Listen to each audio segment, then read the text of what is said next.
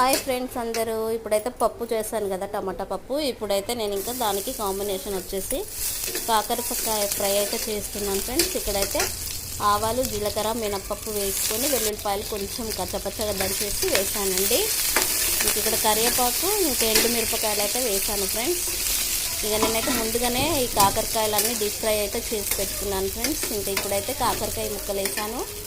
ఇక నెక్స్ట్ అయితే ఉప్పు, కారం, పసుపు, కొంచెం ధనియాల పౌడర్ అయితే వేసేసి ఇంక లాస్ట్లో కొంచెం ఒక 5 మినిట్స్ అయితే ముక్కలకి ఉప్పు కారం పట్టేలాగా అయితే ఫ్రై చేసుకున్నానండి.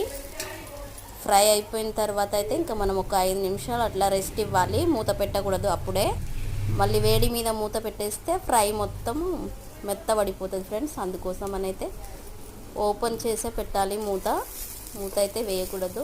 మొత్తం చల్లగైన తర్వాతనైతే వేరే డబ్బాలోకి ఎత్తాలి.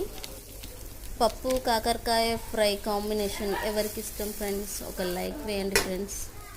ఓకేనా? నా ఫ్రై ఇంకా మా పప్పు నచ్చినట్లయితే మా ఛానల్కి సబ్స్క్రైబ్ చేయండి ఫ్రెండ్స్.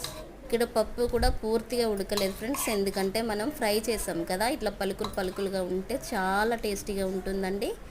ఓకేనా ఫ్రెండ్స్? చాలా బాగా వచ్చాయండి. బాయ్ అండి అందరికీ.